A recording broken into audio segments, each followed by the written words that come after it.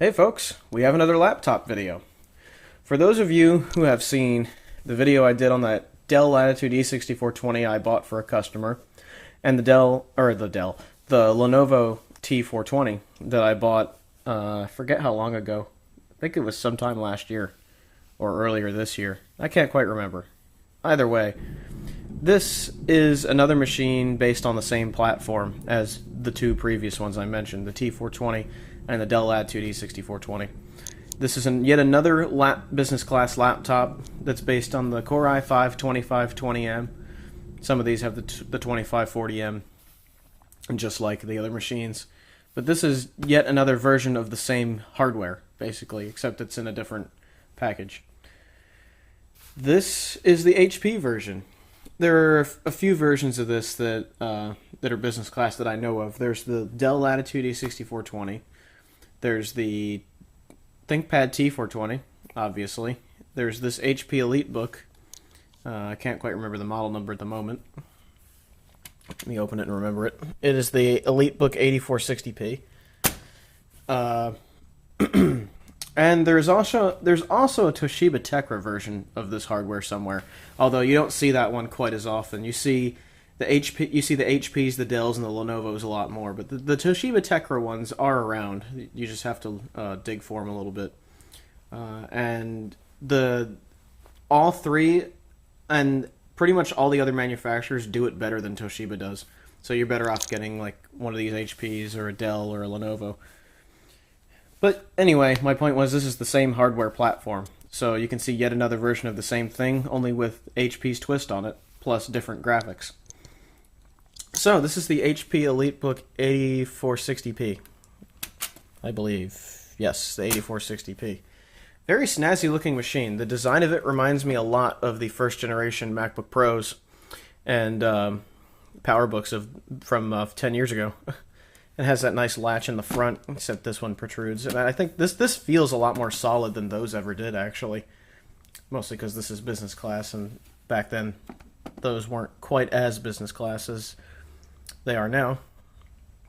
So let's just take a look at this laptop. I got it in excellent condition from eBay.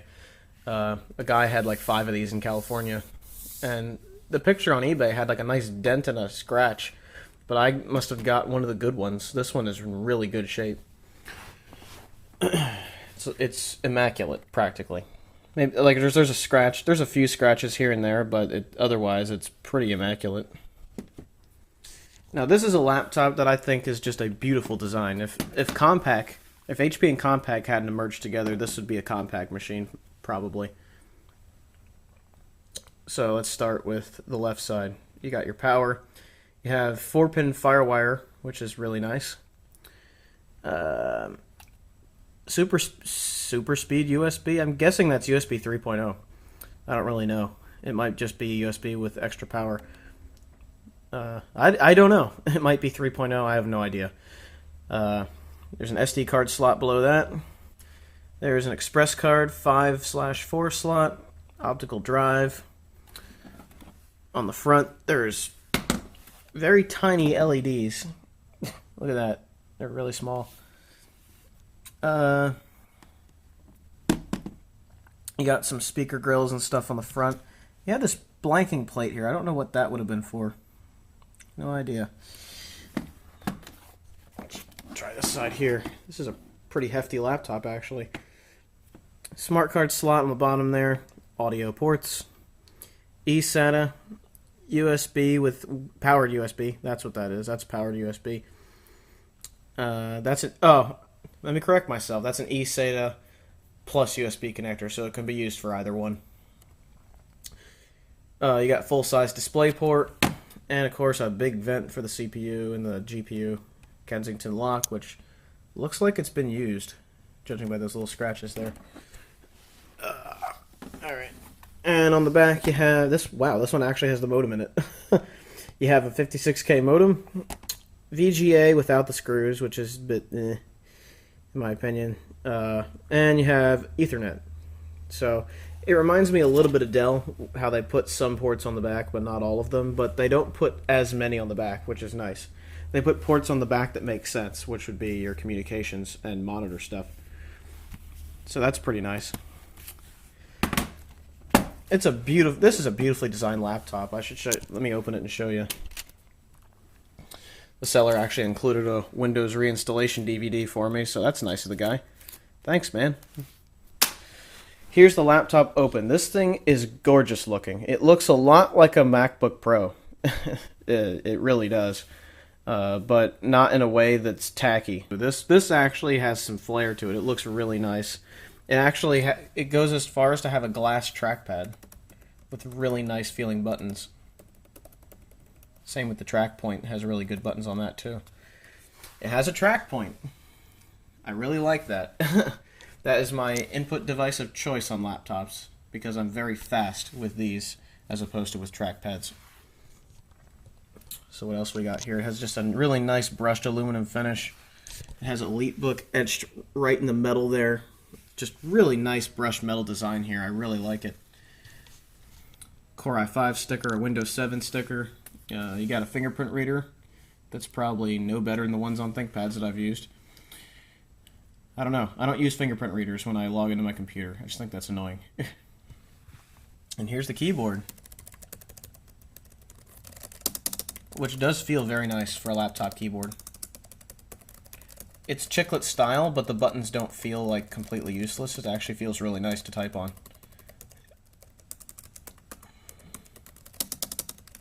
Yeah, business class laptops have pretty good keyboards. This is a lot better than the Dell keyboard, I think, in the E6420. I've never really liked Dell's keyboards in their laptops. I've always thought they were kind of crap.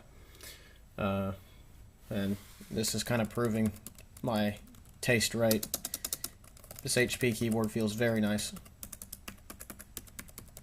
So that's cool. Has a nice screen here. I didn't manage to find one of these with the higher resolution screen, so this is probably 1366 by 768, which is decent. I mean, it gets the job done, but you know, it would have been nice to find 1600 by 900, which is what my ThinkPad has. All right, so up here, there would be a webcam next to that light button, but this model didn't come equipped with it. I could probably knock out that plug and put a webcam in there if I wanted to later on.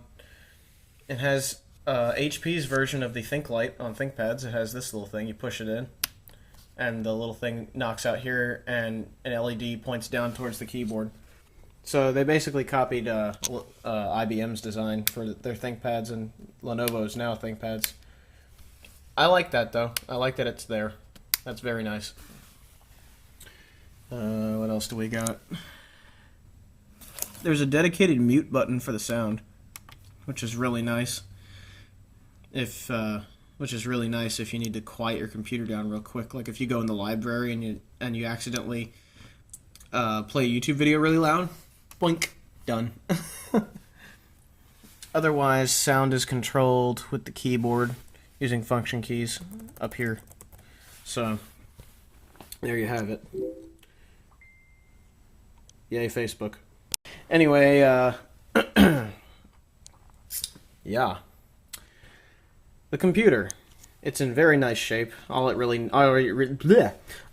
need to do is wipe down the screen, I think. That's really it. Glass trackpad's nice and clean. Just needs a screen wipe down with a rag, and there you go. It just has a little bit of dust on it, so I just have to dust it off.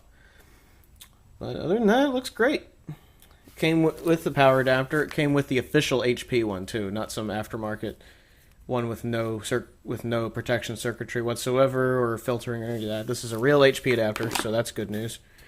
Came with a Windows reinstallation DVD, which is very good because I'm going to be using this pretty much right away. So here are the specs of this machine. It came with the Core i5-2520M, which is Sandy Bridge, of course, with HD 3000 graphics. It takes DDR3 memory, of course, 1333 because it's Sandy Bridge. Has 4 gigs installed at the moment. I'll be upgrading that to 8. I think the 8 gigs I have is 1066 though, so it might slow things down slightly, but honestly, I'd rather have more RAM that's a little bit slower than have fast RAM and have not enough of it. So 1066 it is. Whatever. Oh yeah, and it has AMD Radeon graphics. Yes, HP did the opposite of what Lenovo did. Lenovo decided on CAD graphics. They decided on the NVIDIA Quadro series since, you know, most ThinkPads are used in jobs where people are really doing serious work like CAD work and things like that. So that's why they chose to put the Quadro NVS 4200 in that machine. This has an AMD Radeon chipset in it. I forget which chipset it is, but it's interesting that they chose that. I wonder how hot it gets, because I know AMD graphics and laptops are known for getting hot for a long time, but judging by what's underneath the cover in this, it's probably fine. We'll find out. If it gets too hot, I'll just use Intel graphics. It doesn't matter. I bet you can shut that off in the BIOS. So, oh yeah, the whole reason I mentioned the Windows installation DVD. It came with an 80 gigabyte solid-state drive, an Intel solid-state drive, which is my preferred brand of SSD. I really like the Intel ones. I'm going to be replacing that with the 1 terabyte Seagate hybrid drive that was in my T420.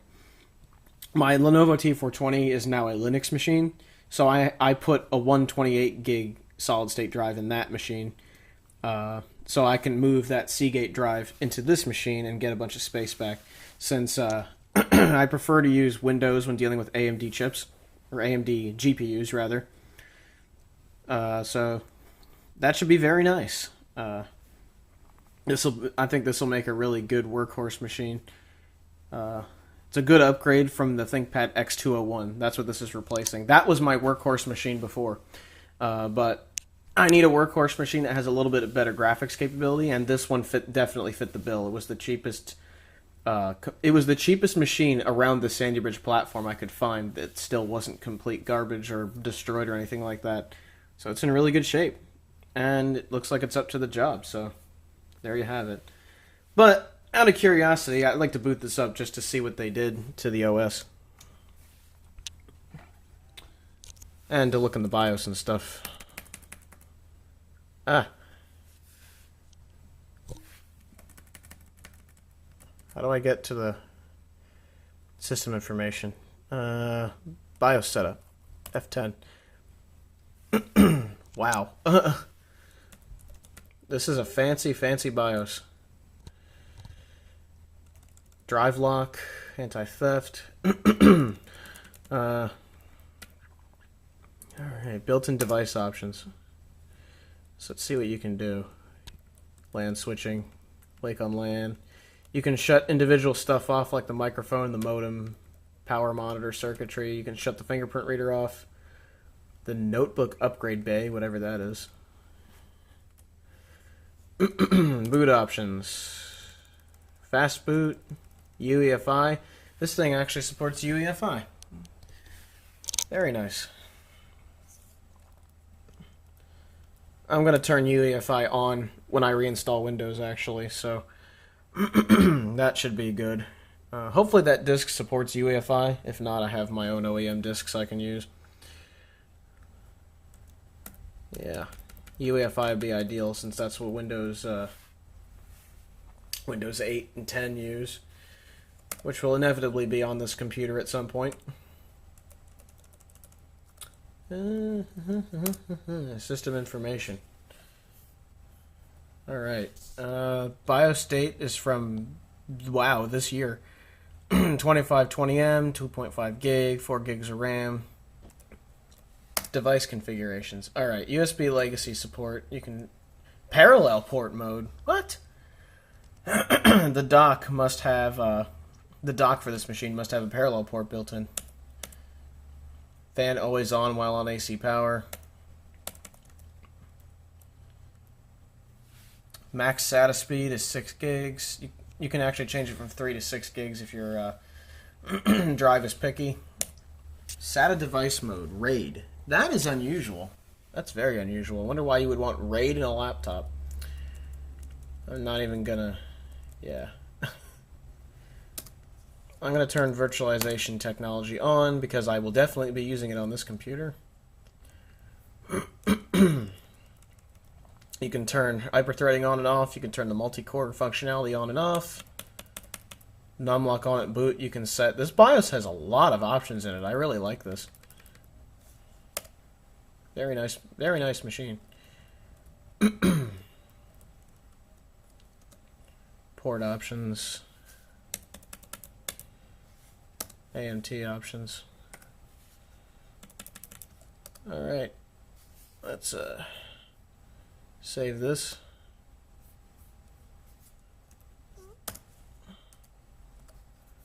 Let me go to exit here. And we'll have this boot. Let's see if it has a Radeon graphics in it or not. Because apparently you can't set those options in the BIOS. Go computer. Let's see how fast that Intel SSD is too.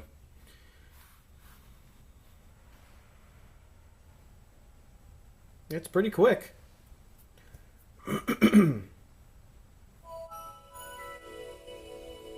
Speakers sound pretty decent. You can tell they've been equalized.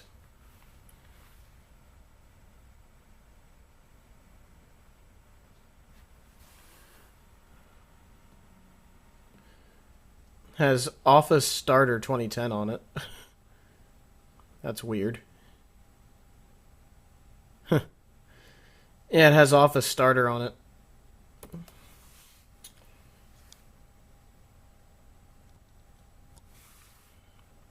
Which would definitely be enough for me, actually.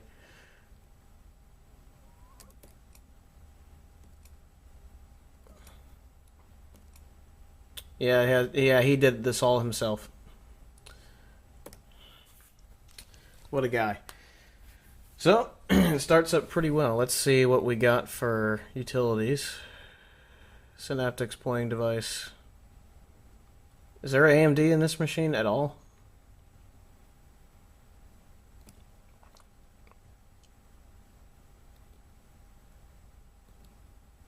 Yeah, there is AMD in here. AMD Radeon HD 6470M, that's what we have here. Which is pretty good, actually. The 6000 series was known for getting hot, though, so that concerns me a little bit, but not a whole lot. Yeah,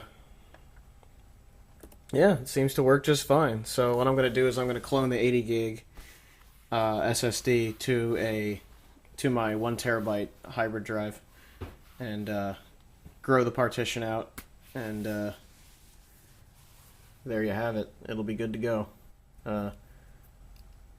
So I might not switch it back to UEFI mode like I planned. It depends. It really depends. I don't know. Because Windows 8 and 10 work without it, I think. Actually, 10 might not, so I might have to reinstall anyway. In fact, you know what? I will. I'll just reinstall completely. It's not worth going through the trouble of cloning. So, there you have it. I need to upgrade the RAM in this computer as well, since I have a set of RAM for it. I'm going to upgrade the RAM and the hard drive, and I'm going to show you how easy it is to do so with this computer. That battery is fully charged, too. Let me check out the light. There you go. Oh, check it out for like a second there.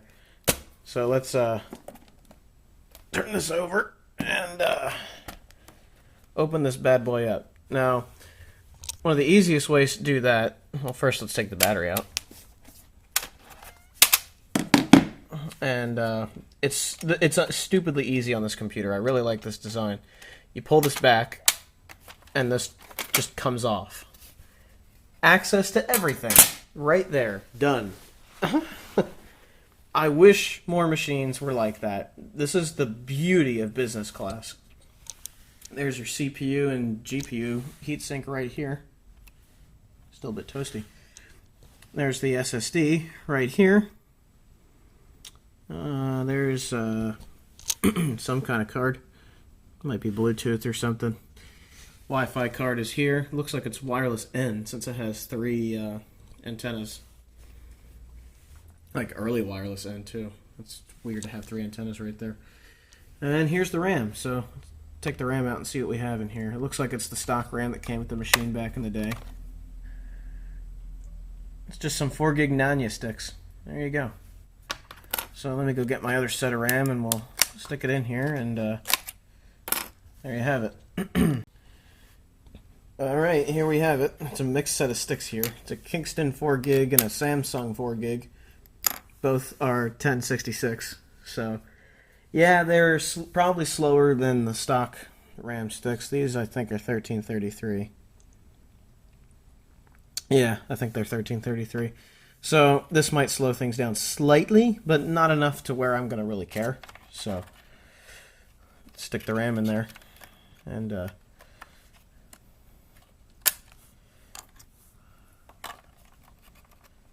do this one-handed here. There, 8 gigs of RAM. Now all I got to do is change out the drive. Let's see how easy that is to do. I've never actually done it before on one of these. So it looks like you pull this up, or you pull this back. Wonder what that is. Oh, it's probably a shock mount with some sensors and stuff. Huh. Okay, this actually mounts similar to it does in some of the netbooks I've used. So let me get a screwdriver and I'll take the drive out. Okay, taking this off is dead easy. These screws here, there are 3 screws here. There's one there, and there's one in the front here.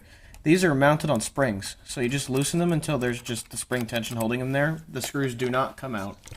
You pull it back, and there's your drive. There's your 80 gig SSD. I actually have a 40 gig version of one of these that I use in another computer that you guys will be seeing a video of soon, so that's pretty cool. 80 gig SSD is pretty usable, so I'll probably use this in another machine that doesn't need nearly as much space as this one is going to. So, cool. Got an SSD out of this. So, let me take the SSD out, and we'll put the other drive in. Alright, and the SSD has been replaced with a hard drive, which is... yeah, it's kind of backwards for most people, but I actually need the space in this laptop, so... Laptop SSHD. So it's just a regular hard drive with some extra cache, basically. It's a solid state hard drive. The way that works is actually a technology that Seagate invented, which is why I have a Seagate drive at all. So it basically uses a bit more cache than most hard drives do. There's like a little 4 or 8 gig SSD on there that it caches frequently used files off to as you use it. So more importantly, it's 1 terabyte. And that's why I want it in this computer, so it's going to go in there. And then I'll install Windows on it, and all will be hunky-dory.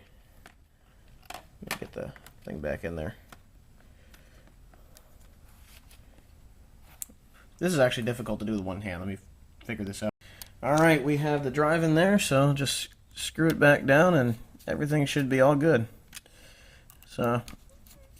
pretty painless to work on this laptop. I really like the way HP has done things in their business line. I haven't actually really used a business line HP before, other than those HP 2140 netbooks that are sort of education grade business line-y type, but not completely, in my opinion. There you go. RAM upgraded, capacity upgraded, but speed not for the SSD. But things have been changed to my liking. Shut that off, or shut that off. Put the cover back on. Need both hands there for a second. So let me. It's pretty easy to get that back on and off actually. And then you can just lock the cover. I'll stick the battery back in. I'm gonna have to take a picture of the product key first so I can enter it. But yeah, there you go. What I'm probably going to do is get all this up and running and then download drivers from HP's website and get it going. I should probably snag the drivers off of that SSD, actually, now that I think about it. So I might quickly stick the SSD in there and offload those to a flash drive. And yeah, there you go. Let's see at least if it recognized the RAM properly. It indeed recognized the RAM. Now I have 8 gigs in here. Sweet. Now I just need to install Windows and stuff, and everything should be all good.